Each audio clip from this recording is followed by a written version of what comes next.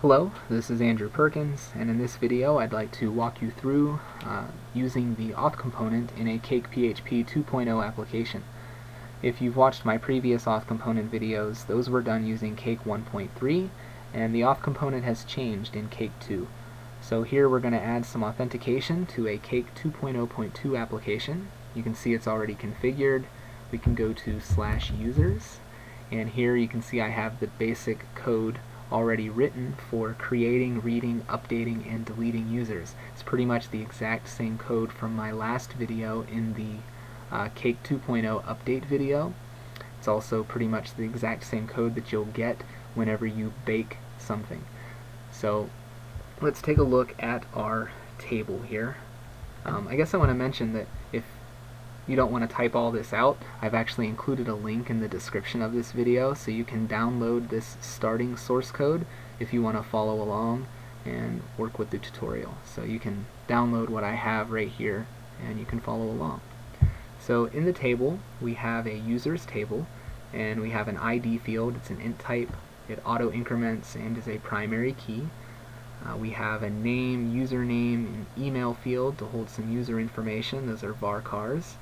We have our password field to hold the user's password. It's also varchar, but make sure that it's at least 40 characters in length so that it's long enough to store the encrypted or the hashed version of the user's password, because we'll be hashing and salting the password. And then we have our role field. This will allow us to assign each user a role. This is a little different since I'm using the enum type. So if you don't know what the enum type does, it allows us to define values that can be saved into this field. In this case, I'm defining that users can be of two types, an admin or a regular. Each value is enclosed in single quotes, and each value is separated by a comma. So we have an admin or regular. Whenever we create a user, by default, they will be of a regular role type. That way our users, when they register, aren't administrators right off the bat. They'll be a regular user. So that is our table. So let's switch to our text editor and take a look at the files in here. So in the app folder, under controller, we have our app controller, which currently does nothing except extend the controller. We have our users controller, which contains the basic CRUD actions for create, read, update, and deleting users. So we have our index, view, add, edit, and delete actions. These are nothing special. You should have seen this code many times, or at least understand it. If you're lost at this point and don't understand this code, please watch my previous videos. You should have at least a basic understanding of Cakephp before doing this auth component tutorial video. We also have our user model, and this does some basic validation on the name, username, and email fields before they're saved to the database. We'll be adding validation to the password as we proceed through the tutorial, so we'll come back to this later. And we also have our views. So we have this users folder down here which contains our views for our users controller.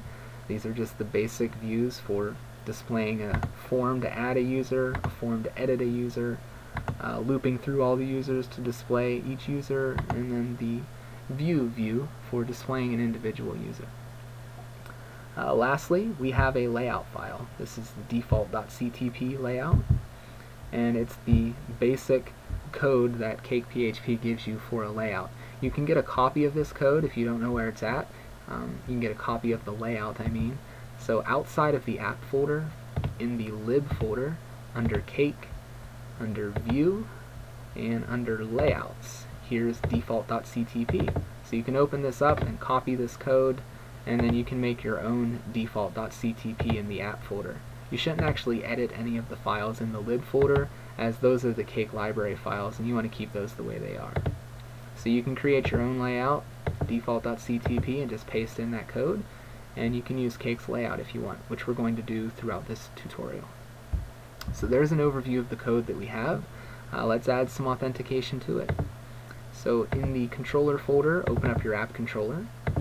We're going to enable the auth component. We're going to do this inside of the app controller because all of our other controllers inherit from the app controller. So whatever we put in here will cascade down through our controllers. That way when we enable the auth component, our entire application will be under authentication.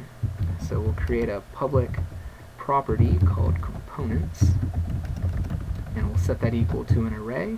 That way we can use multiple components. We're going to be using the session component so that we can display flash messages, and we're also going to use the auth component. We can set this as a key value pairs and set the value as an array so that we can set some of the auth component's options. So we're going to set the login redirect option, and this is just an array, which is the location that a user should be redirected to whenever they log in. So when they log in our case, they're going to be redirected to the user's controller and its index action. So I'm going to copy this line, and then make sure you put a comma here at the end, and paste it in again, and change this to be the logout redirect. So that's pretty self-explanatory. When they log out, they'll be redirected to the user's controller's index action. And we're also going to set the auth error. Whenever a user is logged in, and if they try to access a page that they are not authorized to access, this will be the error message that they receive. So you can make this say whatever you want. I'm going to make mine say you can't access that page. And lastly, we need to set the authorize option. This tells the auth component where in our application authorization is going to occur. We're going to do authorization inside of our controller.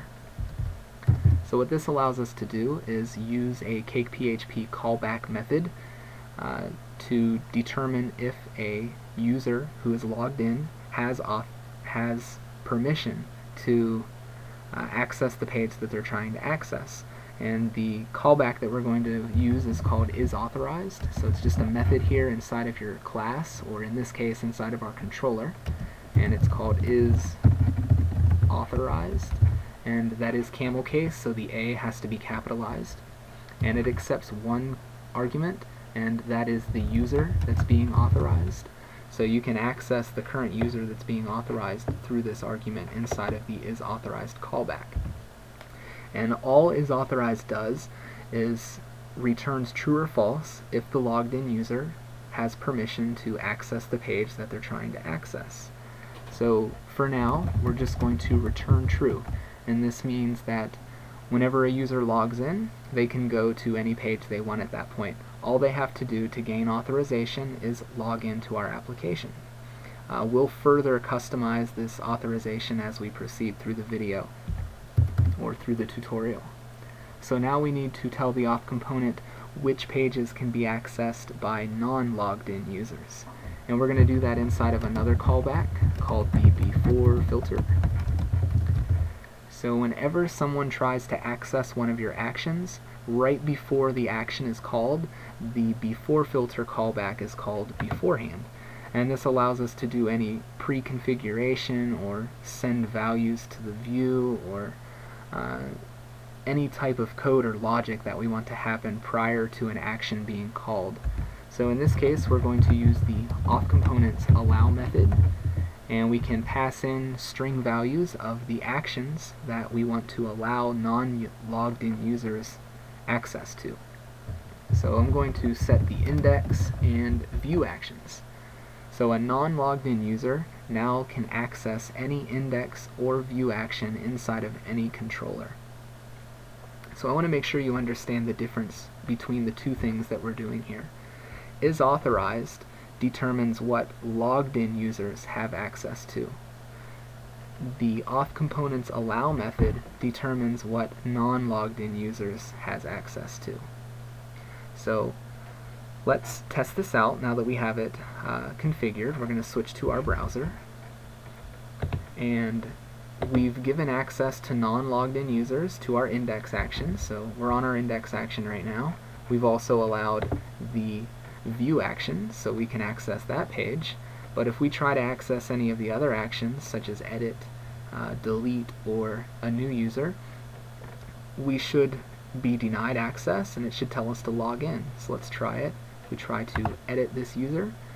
You can see that it has redirected us. If you look at the URL, to user/login, and we're getting a message saying that it can't find the login action, and that's because we haven't actually declared it.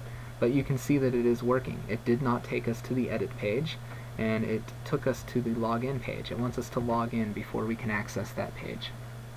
So let's create the login action. We need to open up our users controller, and at the top underneath our property here, doesn't really matter where you put it, this is where I'm going to put it, we need to create a login action.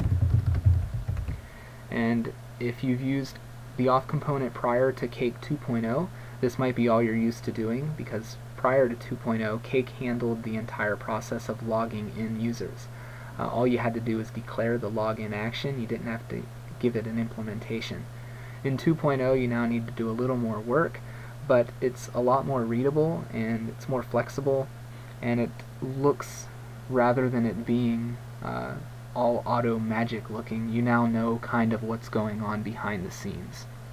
So the login action is going to have a login view, which is going to display a form so that the user can log in.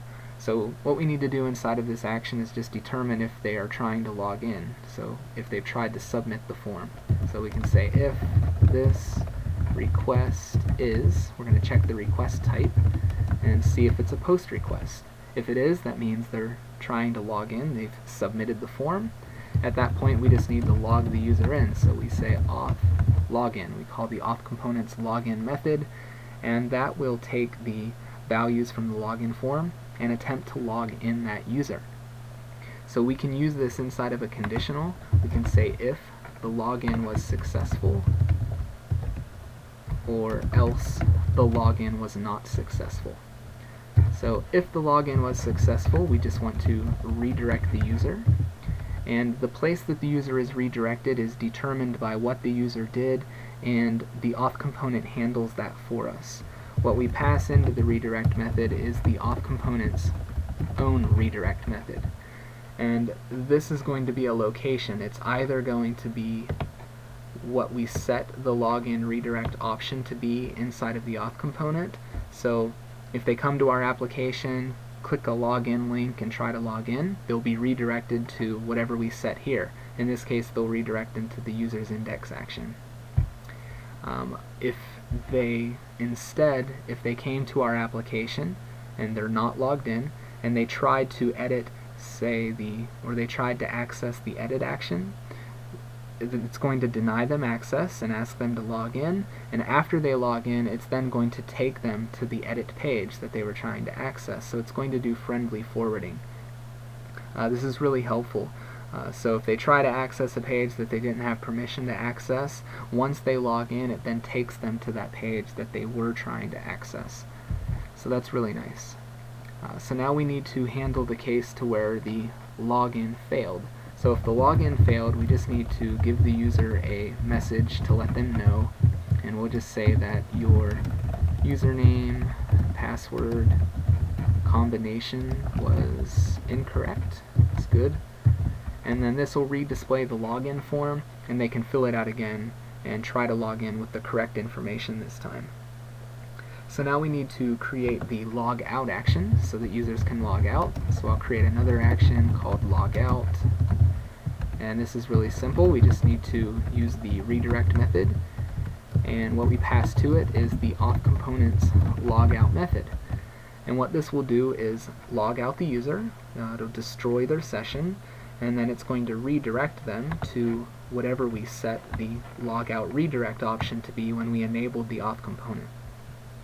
And so that's it for logging in and logging out. We just need to create the view file to log in with.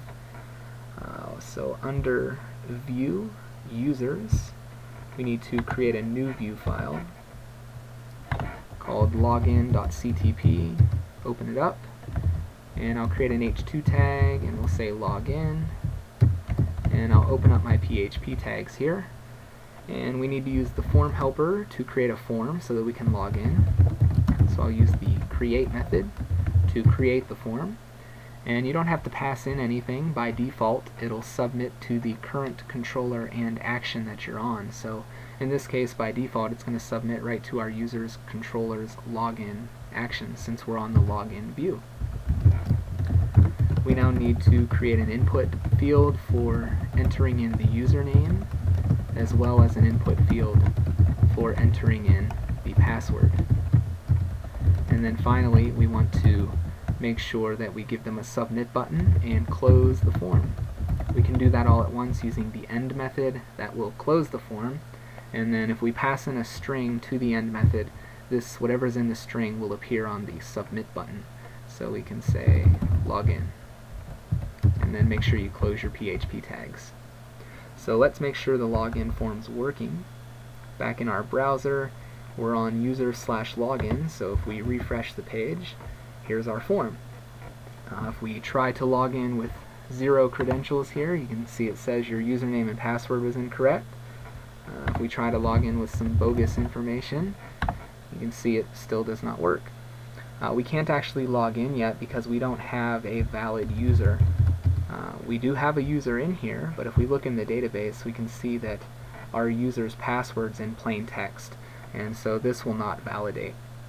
We won't be able to log in with this user. So I'm going to delete this user really quick. Oops, looks like it's not deleting that user. There we go. So we now need to try and add a new user who has a valid password. So let's click on the new user page, and you can see that our application denied us access. It took us to the login page, and that's because we did not say that the add action was allowed for non-logged in users. So we need to switch to our text editor, and in our app controller, here's where we're allowing actions. We're allowing the index and view actions, but we do not want to just put in the add action here, because then that will cascade down through all of our controllers. That would mean non-logged in users could access the add action of all controllers. We want this specific to the user's controller. So we're going to override the before filter in the user's controller and tell it to allow the add action here only. So at the top, we will declare the before filter again, and we need to make sure that we call our parent class's before filter method beforehand. That way we don't lose the pre-configuration that we already have. What this means is we're calling the parent. We're currently in the user's controller. Our parent is the app controller. So we're calling our app controller's before filter method. That way we don't lose this configuration that we've already set. We want to make sure that we still allow index and view access to non-logged in users in our user's controller, but then we want to add on to it. So we're going to tell it to also allow the add action. So if we switch back to our browser and we go to the user's index page and we try and click on new user, we can now register. We have a problem though. We can't actually enter in a password yet, so we need to edit this add page and put in a password field as well as a password confirmation field so that we can confirm that they've entered in the correct password. So we want to match the passwords. So we'll switch back to our text editor and we will open up the user's add view, and we can just duplicate this line here to create a couple more form fields. So here's one. We want to change this for the password field, and by default Cake recognizes our naming conventions and that we're using the auth component, so this will be a password form field. That means when we type in the value of our password, it will be starred out. We're going to paste in one more form field, and this one's going to be for a password confirmation. Now you could call this whatever you want. You could call it password confirm if you want. I'm just going to call mine password confirmation. Since we don't actually have a password confirmation field in our table, Cake does not know what type this form field should be. So by default it's just going to be a regular text input field. So we want to tell it that it should be a password field. So you can pass in a second parameter to your input method. You can pass in an array, and we can type in key value pairs to set some options. In this case we're going to set the type option, so we're telling it that this form input should be a type of password. And so if we save this and go back to our browser, and refresh, you can see we're getting the password and password confirmation fields, and they are password fields. So now we just need to make sure that we're validating these fields. If we leave them blank and we hit submit, we can see we're only getting validation for the name, username, and email fields. We want to make sure that we validate that password and password confirmation are not empty and that they match. So let's do that. We're going to switch to our text editor, and we need to open up our user model, because that's where we do validation, is inside of the model. And here's our validate array. So right after the email validation, we're going to do some validation on the password field and validation on our password confirmation field. And so what we want to do is validate that this field is not empty. So I'm going to give my validation a description. You can describe it, you can name this whatever you want. This is just the description of the current validation, and set that equal to an array. And now we're going to set the role. We're going to use Cakephp's not empty role to ensure that this field is not empty before it's saved to the database. And then we're going to set the error message if it is empty. So we'll say, please enter your password. And now I'm going to copy this, because we're going to use essentially the same validation down here for the confirmation page. I'm just going to change the error message to say, please confirm your password. And so let's test out these two validations. We're going to resubmit the page. And so now you can see it's saying, please enter your password and please confirm your password.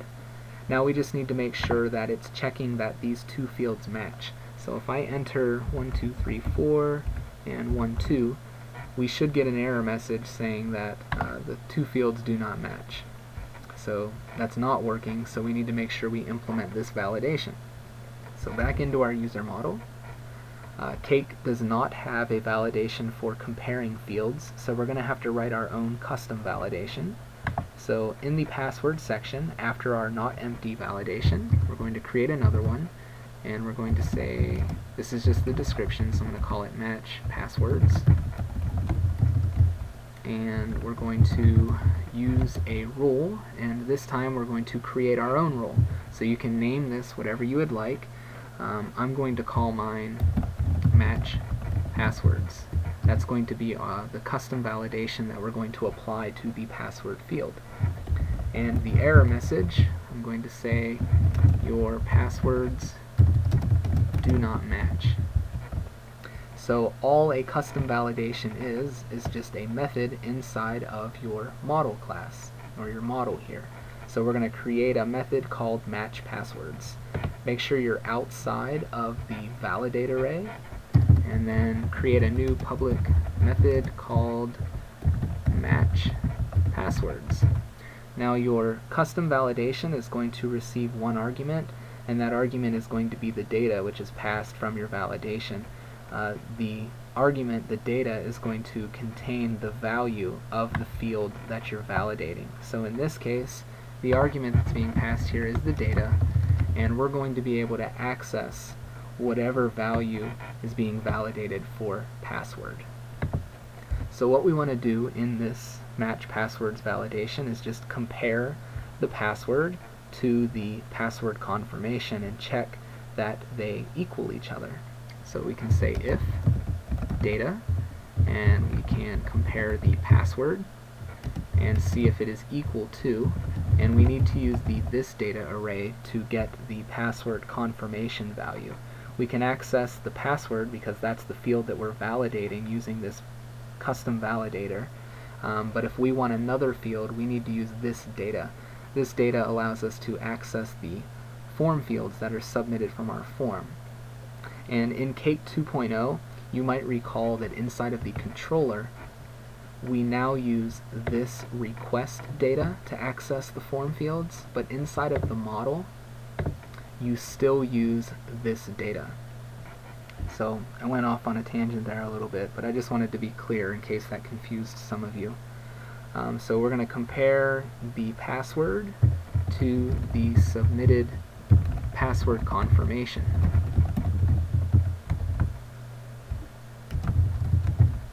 So if they are equal, we just need to return true. That means that the validation passed. And if they did not match, we just need to return false, meaning the password or the validation has failed. And at that point it'll display our error message here for the password field. Currently it's only going to display this error message for just the password field. We should also display the error message for the password confirmation, since both don't match. We need to make sure that they match. So if we go to our browser and look at this real quick, so we have two passwords here that don't match. If I try and submit it, we're going to get our match passwords validation. You can see that it's only highlighting just the password field. We want to make sure that it also invalidates the password confirmation field at the same time. So we can do that using the invalidate method. So right after the if, that means the validation has failed, we can use the invalidate method to invalidate another form field at the same time. So you pass to it two different parameters or two different arguments. The first one is the form field that you want to invalidate. So we want to invalidate the password confirmation field. And the second is the error message that you want to display for that field. So we just want to give the same error message and say that your passwords do not match. And save this. So let's test it. We'll switch back to the browser and hit submit again. And now it's invalidating both fields, saying that the passwords do not match. So now we have proper validation. Let's try and create a user and see what happens. So I'm going to actually we can't create another Andrew Perkins, because you see here I have a isUnique, and that's making sure that each user has a unique username. So I'm going to did I already delete Andrew Perkins? I did. Alright, I already deleted Andrew. So I guess we can create Andrew. Sorry about that. If I would have not deleted Andrew Perk, it wouldn't have let me create that user, because it would have been a duplicate. But I already deleted that user. So we can create one here. Andrew Perkins, Andrew Perk, and my email, and then I'll set the password as password and submit. There we go, it created the Andrew Perk user. And if we look in our database here, we can see that the user was saved, but our password is still plain text. It's not being encrypted or hashed. And if you've used Cake prior to 2.0 in the Auth component, you would have noticed prior to 2.0 that the Auth component automatically hashed your password, and in 2.0 it no longer does that. So we need to tell our application to make sure it hashes the password right before it saves it into the database. And Cake, of course, makes that very easy.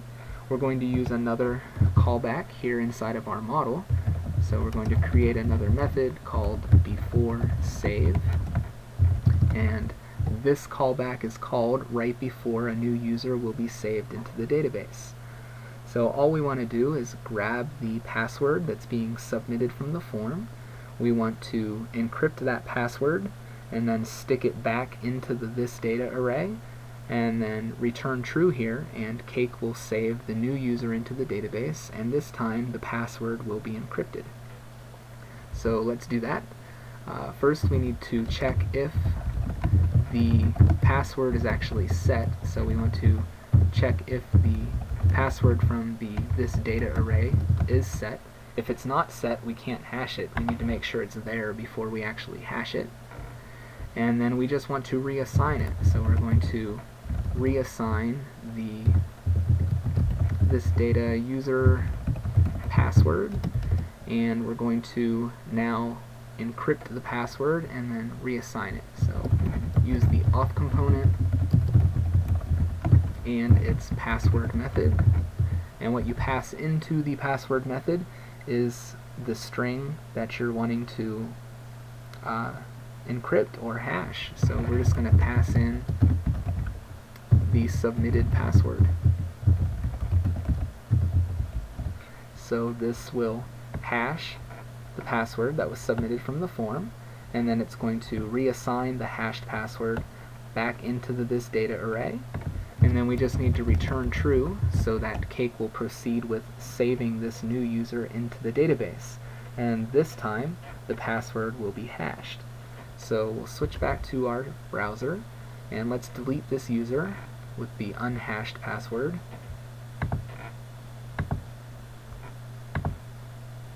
There we go. And let's create that user again. So I'm going to click New User. Oh, looks like I made an error in the user model on line 57.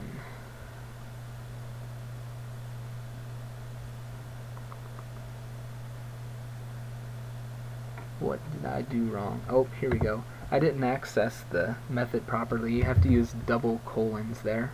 I used a single colon. So let's refresh again. There we go. So let's put in my name, Andrew Perkins, my username, and my email, and then my password, which I'll set to just be password, and hit submit. There we go. The user was saved. And if we look in the database and go to look at our users, we can now see that the password is hashed this time. It's no longer stored in plain text. So now that we have a valid user, we can actually log in. So let's check out our validation here, or our authorization real quick, while we're still not logged in. So you can see we can access the view page, the new page, and we can list all users, which is the index page. But if we try to access the edit page, for instance, you can see it's asking us to log in because we're not logged in, so we don't have authorization to go to the edit page. So let's log in as Andrew Perk, and my password. Oops, I think I entered it in wrong. There we go, and you can see the friendly forwarding has worked. Right before logging in, I tried to access the edit page, and then when I logged in, it took me right to that edit page. So now we're logged in. We can't actually tell we're logged in though, so let's give us some visual feedback. We will display a message saying hello and then the current logged in user's username, and we'll give them a logout link. And if they're not logged in, we will instead display a login link.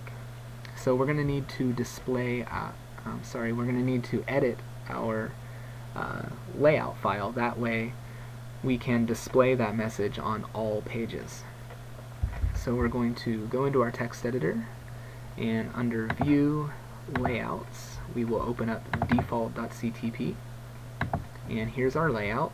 So in the content div, I'm going to create a new div, and I'm going to do a little inline styling here to align this div to the right side of the page. And I'm going to put in some text here to test it out to make sure it's working. And I'll go back to my browser and refresh.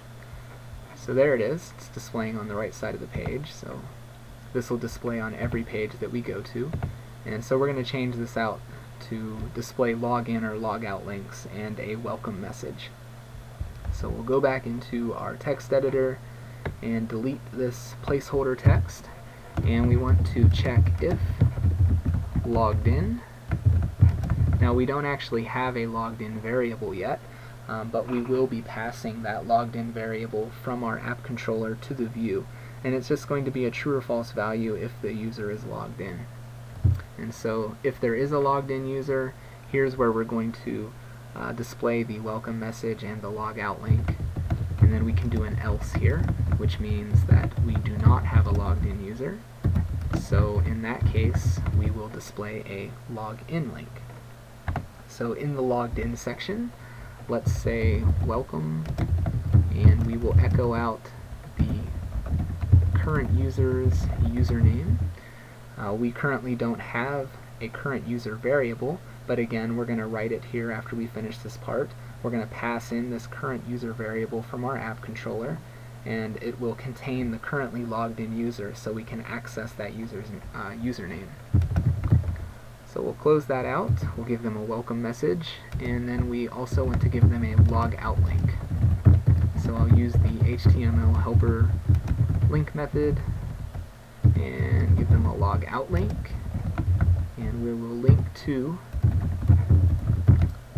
the user's controller and the logout action.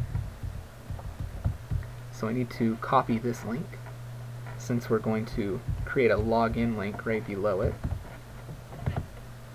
Alright, so down here in the else section, this means they are not logged in, so we want to give them a login link and change the location to go to the login action. So now we just need to create or pass in these logged in and current user variables to our views. So logged in should return true or false if we have a logged in value, or a logged in user, I'm sorry, and current user should pass in the currently logged in user so we can get that user's username. So in our app controller, inside of the before filter, the reason we're doing it in our app controller is because you may want to have access to these values in other controllers besides just the user controller. So by putting it in our app controller, any of your other controllers will have access to the logged in or current user. But if you only want that to be accessible from the user's controller, you could very well just stick that inside of your before filter in your user's controller. But I'm going to do it in the app controller. So we're going to use the set method so we can send some variables to the view. In this case we need to send the logged in variable which we were using, and it's going to hold a true or false value of whether we have a logged in user. Our auth component now has a nifty new method in Cake 2 called logged in, which returns true or false if we have a logged in user. So if logged in, we'll send that to the view. And we also need to set another one for the current user, and this needs to hold the information about the actual currently logged in user. We can get that by using this auth user, and that will send information about the entire user to the view, and it'll be stored in this current user variable. And so we're actually using both of these logged in and current user variables right here, as we did previously when we wrote this page. So there's the logged in variable, and there's the current user, and we're just outputting the current logged in user's username. So hopefully this all works. Let's test it out. I'm going to save the file, go back to our browser and refresh. Oops, here we go. And it's working. So here we have our welcome Andrew Perk, which is the current user that I'm logged in as, and we have a logout link. And that displays on all pages. So if I log out, you can see we're not logged in anymore and we have a login link. Let's create another user. So let's create Joe Doe, and give him a password. There we go. And let's try logging in as Joe Doe. Joe Doe and his password. There we go. So now we're logged in as Joe Doe. Our application is working pretty well. We have a full login and logout registration system with hashing and everything up and running. We can do a little bit more to this to make it better. So we're logged in as Joe Doe, and we can edit Joe Doe's profile. We could also delete Joe Doe. The problem is that Joe Doe can also edit Andrew Perkins. That's no good. We want to make sure that the currently logged in user can only edit their own profile. So what we're going to do is compare who they're trying to edit. So we're going to check that the logged in user's ID matches the user that they're trying to edit. So Joe Doe has an ID of 4. And so if Joe Doe tries to edit Andrew, you can see that the ID of Andrew is 3. So we're going to compare Joe Doe's ID to the ID that's being passed into the edit action. And we're going to make sure that these match. If they do not match, we're going to deny the user access because that means they're trying to edit someone else's profile. And this applies to the delete action as well. Whenever you click on the delete link, it's going to have the user's ID that you're trying to delete. So we're going to make sure that they match before they actually delete so that they can only edit or delete themselves. So we're going to switch to our text editor, and we're going to go into our user's controller, and we need to override the isAuthOrized method again, or callback. And remember, it takes one argument, which is the user that's being authorized. So the reason that we're not editing isAuthOrized inside of our app controller is because we want this authorization to be specific to the user's controller. We're doing authorization for the user's controller edit and delete links. So what we want to do is check whether or not they are accessing those actions. We can do that by going if this action, and this action will return the action being requested. So we could check if this action equals edit, or if this action equals delete. Now if you want to check more than one action, it's convenient to use the inArray. So we can check if, and we will use the inArray method. And the inArray method takes two parameters. The first one is what you're searching for. In this case, we're searching for what the action is. And then the second parameter is the array of what you want to search inside of. So in this case, we're wanting to check if this action equals edit or delete. If it's either of these, that means they're trying to edit or delete a user. And so now we need to check and make sure that they match. We want to make sure that the ID of the logged in user is not different from the ID that they're trying to edit. So we can say if user, remember user is the user being authorized, so we can get that user's ID, and we want to check if it does not equal this request params. This request params is an array, and it contains the params passed in through the URL. So when we go to edit, if you look down at the bottom left of your screen, you can see it's users/edit/3. We can get that value of 3 by accessing the pass key or index here. Pass stands for passed arguments. The 3 is considered a passed argument, and then we want the first spot in the passed arguments, since 3 is the first one being passed in. So the first segment is users, which is the controller, you can see down at the bottom left. The second segment is edit, and then the first passed in argument is the number 3. So if the current user, if that ID does not equal the passed in ID, that means they're trying to edit someone else's profile. So we want to return false. This will deny them access, and it will give them our auth error message, and it will not let them view that page. And so outside of this if, we need to make sure that we return true, because if they are not accessing one of those pages, edit or delete, we want to make sure that logged in users still have access to the other pages. So we need to make sure we return true there. So we want to save this and go back to our browser, and let's refresh the page. So we're logged in as Joe Doe. We should still be able to edit Joe Doe, which we can. And if we try to edit Andrew, it should not let us, and we should get our auth error message. So let's click it. Alright, so it's working. You can see that when I click it, it doesn't let me edit Andrew, but I'm not getting the auth error message. And there's a reason for that, and that's because we're not displaying auth flash messages. So we need to go back into our text editor and go into our layout file. And if you scroll down, you can see that we're echoing out this session flash. This will display regular flash messages, but it will not display your auth flash messages. And that is what the auth error is. It is an auth flash message.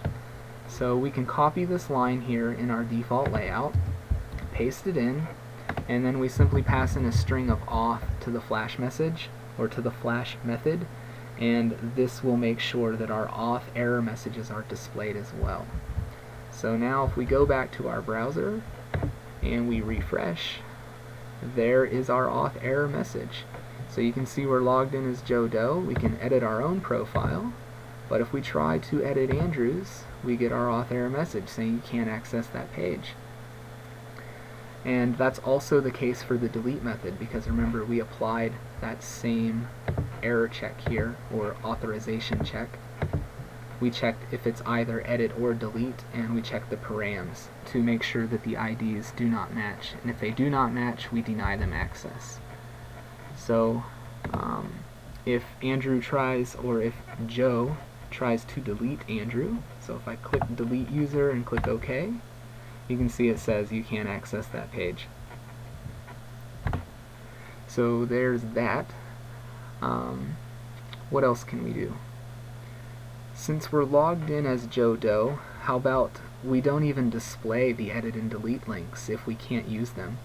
So we're logged in as Joe, we can edit and delete Joe because that's who we are, but we shouldn't even see these edit and delete links for Andrew since we can't do them in the first place. So let's make sure we only show edit and delete links for the current logged in user. We'll go to our text editor, and we need to edit the this is the index page, so we need to edit the index action, or view, sorry. Here's the index view. And here's where we're displaying edit and delete links. So all we need to do is wrap this inside of an if condition and check if the logged in user's ID equals the current user ID that we're looping through. Because remember, we're inside of a loop here. We're looping through all of the users and displaying that individual user. So we can say if, and remember we have access to a current user variable that we're passing in from our app controller. This contains the current user's information. So if the current user's ID equals the user that we are looping through ID, then we will display the edit and delete link. And then we need to end the if statement here. So if it does not match, then it will not display those links. So if we switch back to our browser and refresh the index page, you can see since I'm logged in as Joe, we have edit and delete links for Joe, but not for Andrew Perkins. And that works as expected. So you might have a smart user who figures out that they could try and go to users/edit, and then if they knew Andrew's ID, they might try to edit Andrew by typing in the URL even though they don't have a button. So if they try to do that, let's do it, you can see that it says you can't access that page, and it took us back to our root URL, or our root index page. The reason for this is because we haven't actually changed the root path for our application, and we can do that inside of our routes file. So if we go back to our text editor and we open up the config folder, here's our routes.php file, and here's where we are setting the default root route. Currently it's going to the pages display, the pages controller in the home action, or the display action rather, and that displays this Cakephp installation home page. We can change this to instead go to our users index action and save it. And so now when we go to the root URL, you can see instead of going to the installation page, it now shows our application, our users index page. So if we try that again, if we try to manually type in the URL to edit user number 3, which is Andrew Perkins, you can see it does not work. It says you can't access that page. So I think there's another location that displays edit and delete links on the view page.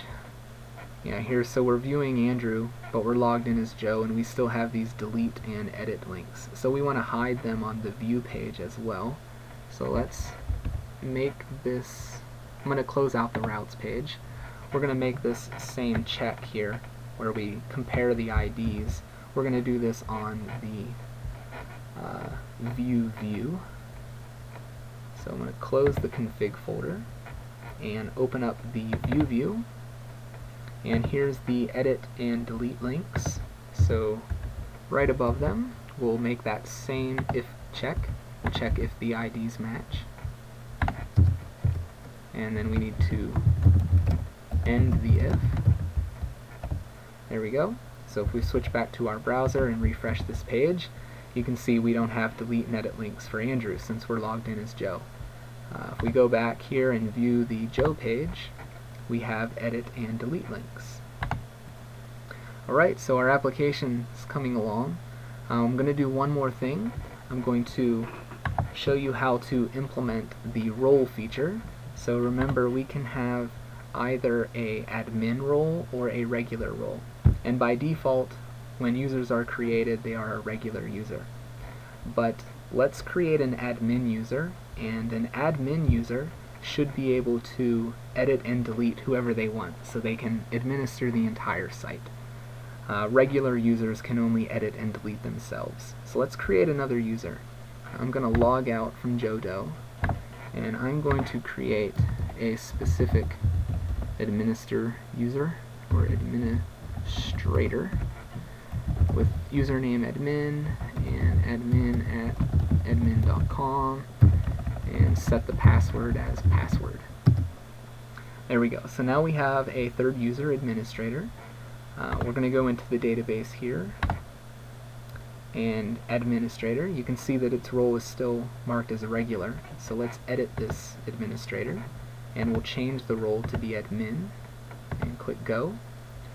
So now we have a admin, and let's log in as admin. Username was admin, and then the password. There we go. So now we're logged in as the administrator. And like I said, administrators should be able to edit and delete anybody they want. So we need to make sure that they can do so, and they should also see edit and delete links for everybody. So the first thing, let's just make sure that they can edit and delete whoever they want. This is really simple. We're going to go into our user's controller, and remember, you do authorization inside of your isAuthorize method. All we need to do is do an if condition and check if the currently logged in user is an admin. So we can say if user, and we're going to check the role of the user that's being authorized and see if it's equal to admin. If it is equal to admin, we're just going to return true, and that will grant the administrator access to any page they access. So now we need to just make sure we display edit and delete links for all users when an admin is logged in. So let's edit our index view again. And so here's where we're checking if the current logged in user's ID equals the ID of the user that we're looping through. So now we could just put a, we can just put a OR in here and check for another condition. Check if the current user's role equals admin. So if the current logged in user's ID equals the ID of the user, or if the current user is in a role, or if the current user's role is admin, it'll show edit and delete links. Now this if condition's getting pretty ugly. There's quite a bit of logic going on here, so you might want to extract this out into a helper method, but that's beyond the scope of this tutorial, so I'm just going to leave it like this. And we need to do this same thing inside of the view. So I'm going to copy and save the index page and go to the view, and here we want to check if it's also a admin role. So there we go. We'll save this file and go back to our browser, and if we refresh, since we are logged in as an administrator, we can see edit and delete links, and we can edit whoever we want because we are an admin. And so if we log out, we're a non-logged in user, so we're only seeing view links now. Let's try logging in as a regular user, so we'll log in as Andrew Perk. And now Andrew Perk can only edit and delete themselves, or himself, as you can see. So there's the authentication application using the new stuff in Cakephp 2.0. So I hope you found this useful, and thank you for watching.